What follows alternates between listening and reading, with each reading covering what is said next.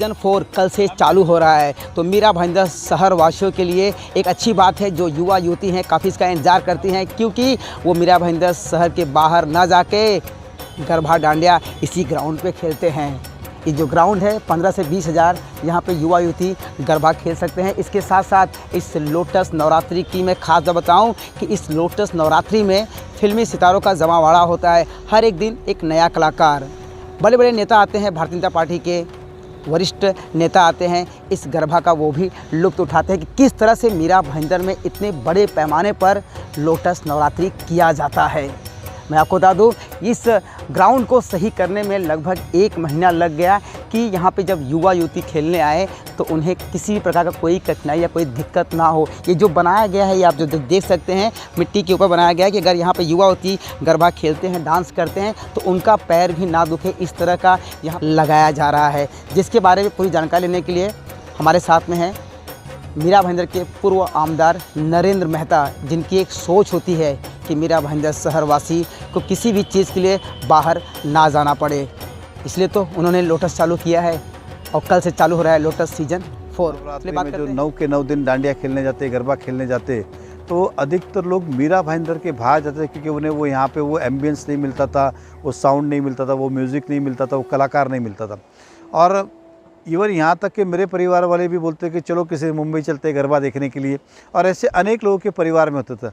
और मुझे ये बात, क्योंकि राजनीति करता हूँ तो हर बात ये पिंच होती थी कि मेरे शहर में इतनी कमी क्यों, मेरे शहर में इतनी कमी क्यों कि इस तरह के वातावरण बने कि लोगों को कहीं और जाना पड़े। इसलिए उसके पीछे का उद्देश्य था कि क्यों नहीं हम मीरा भाईंदर के अंदर ही ऐसे गरबा का आयोजन करें। और पहले हमने छोटे लेवल कस्तूरी ग्राउंड से शुरुआत की थी, जिसके अंदर करीबन 5-6 हज़ार लोगों के हिसाब से थी। अब आप जो देख रहे हैं कि इतना बड़ा हमने जो ये कैंपस बनाया है, इसके अंदर हर रोज़ करीबन 20 से 22 हज़ार लोग यहाँ पे नवरात्रि खेलने आते हैं और बड़े ही धूमधाम से होते हैं। और सबसे अच्छी बात है कि जो क्राउड आता है, जो बच्चे आते हैं, युवा आते, युवती आती है, वो किसी भी तरह की कोई भी गलत हरकत करना या मस्ती करना ऐसा नहीं, प्योरली देवी माँ के दर्शन करने और गरबा खेलने आते हैं।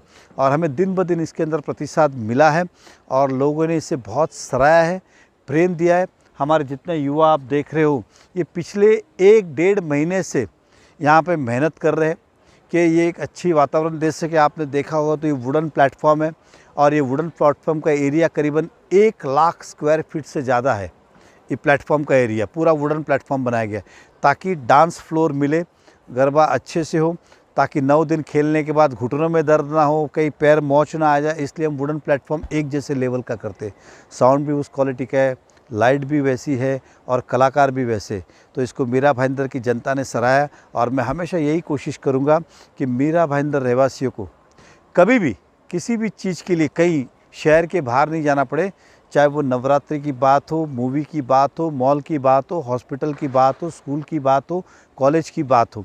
कुछ चीज़ें शहर में आज मिली है, कुछ चीज़ें अगर बाकी है तो आने वाले समय के अंदर इस मीरा भाईंदर के अंदर वो सारी सुविधा हम दें कि युवा हो, युवती हो, बुज़ुर्ग हो, महिला हो, बच्चे हो, इन सबको सारी चीज़ें इस शहर में मिलनी चाहिए, क्योंकि ये शहर दिन ब दिन तरक्की करते जा रहा है। तो ये खुशी है।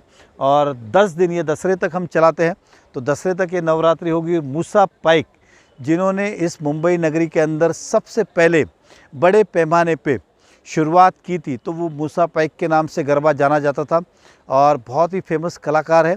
और कई वर्षों से, मतलब ये मैं कहूँगा कि तीसरा डेकेड है जब मूसा पाइक जी गरबा के संगीत के माध्यम से लोगों को मोहित करते। डेवलपर, स्पॉन्सर, सभी डोनर का दिल से धन्यवाद करता हूँ कि इसके अंदर वो हमें हर बार स्पॉन्सरशिप के लिए सहयोग करते।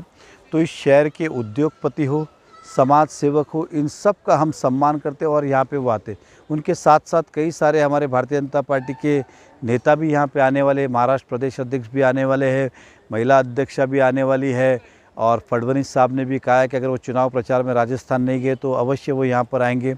और कई सारे कलाकार भी, हर रोज़ एक कोई ना कोई कलाकार यहाँ होता है।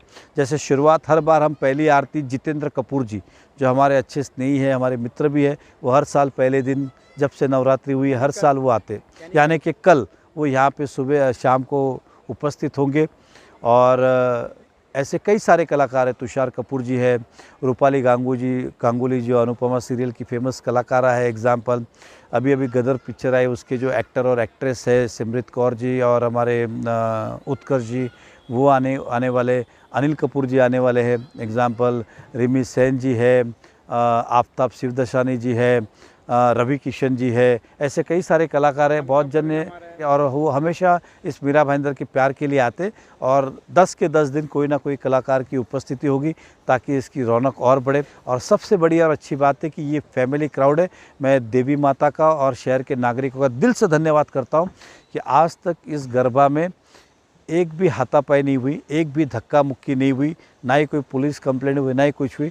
इतनी शिद्दत से लोग खेलते और मैं पूरे 10 के 10 दिन शुरुआत से लेकर अंत तक यहाँ पे रहता हूँ ताकि लोगों से मेल मिलाप भी हो और इसकी व्यवस्था भी देख सके हम और किसी भी तरह की कोई घटना ना घटे, इसके हम पूरा ख्याल रखते। और देवी माता की कृपा से अब तक जितनी नवरात्रि हमने की है उसके अंदर सभी नवरात्रि शांतिपूर्वक हुई है। और विशेष तौर पे हमारे कार्यकर्ता जो सुबह आते और रात को 1-1 बजे तक यहाँ पे रुकते, पूरा निपटारा करने के बाद ही वो घर जाते, तो उनका भी श्रेय कि सभी लोग लगन से काम करते, निस्वार्थ तौर पे। और भी कहूँगा कि करीबन यहाँ पे हर रोज़ 20,000 से 22,000 लोग उपस्थित रहते।